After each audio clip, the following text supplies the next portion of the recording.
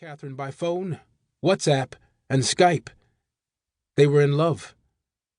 Some nights Katherine would stay up until 3 or 4 in the morning talking to Solomon. Not long after his return to Ghana, he proposed to Katherine. Thrilled, she accepted.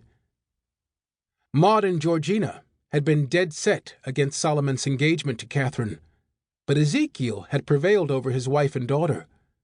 He told them Solomon had every right to marry the woman he loved. In the midst of the laughter, drinking, and dancing of the after-wedding party, Katherine stole a glance at her mother-in-law.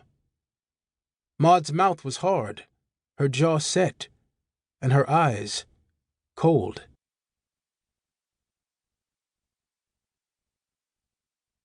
Chapter 2. Late one Wednesday afternoon in February, when the rush of the wedding had subsided and the harmattan weather had become insufferable, Katherine and Nana were preparing a meal in the kitchen. "So, will I be a grandmother soon?" Nana asked her daughter with a sidelong glance. "Mama, it's only been a month since the wedding," Katherine said with a short laugh. Nana searched her face. "I hope you're not waiting. Are you?" "Waiting? What do you mean?" "Well, you know," Nana said, wrinkling her nose. "Your generation sometimes has a notion to wait a while before having children for whatever reason." "My generation?" Katherine said with some amusement. She shook her head. "Not us. Solomon and I want kids as soon as possible, and we're not wasting any time getting to it." She hesitated. "In fact, I thought maybe I was pregnant last weekend, but the test was negative." "That sometimes happens at the beginning," Nana assured her. "Don't worry. As long as you and Solomon continue trying to conceive, I'm sure it won't be long now." "I'm not worried, Mama," Katherine said. She added more salt to the pepper stew that would accompany the rice, which the guests would enjoy later on in the evening, after Bible study. Katherine had made it a tradition to provide a meal whenever she and Nana hosted a bustle session. It was Bishop Howard-Mills who had introduced the concept of bustles to his congregants. Held in the homes of church members, these meetings provided an opportunity to worship the Lord if and when one could not make it to church. This was especially helpful to working professionals. Katherine and Solomon had been participating in the bustle program since before their marriage. No more than 10 members attended a session, and although the proceedings were less formal than regular church, the Bible discussion still needed some direction.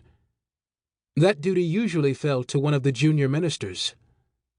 Young Reverend Atiemo had customarily officiated at the bustles Katherine and Solomon hosted, and Bishop Howard-Mills's assistant, John Papafio, often accompanied the Reverend to notify members about upcoming community events. Around 8, the first of the church members began to file in. Katherine greeted them with hugs and kisses. She was profoundly happy, with enough love and warmth to fill an ocean as far as the horizon. After 30 minutes or so, Reverend Atiemo led the group of 7 in prayer, following it with a discussion of Psalm 139. "I can never escape from your spirit. I can never get away from your presence." John arrived late, slipping in as quietly as he could. Solomon pulled up a chair for him. "Welcome, John," Atiemo said. John flashed an easy smile. In his late 20s, he had a boyish face and a relaxed manner. He was tall, but rather round and soft. Efficient, he seemed to pull off church events with little effort, and his sense of humor could belie his competence. Once the discussion was over, John made a few announcements, and then it was time for the best part, the meal. After dinner, the church members laughed and talked among themselves as they straggled out to the courtyard. Gabriel, the faithful little watchman who had worked for the Yeboahs for years and who was related to them in some way, was at the front gate ready to bid the guests good night. As Reverend Atiemo was preparing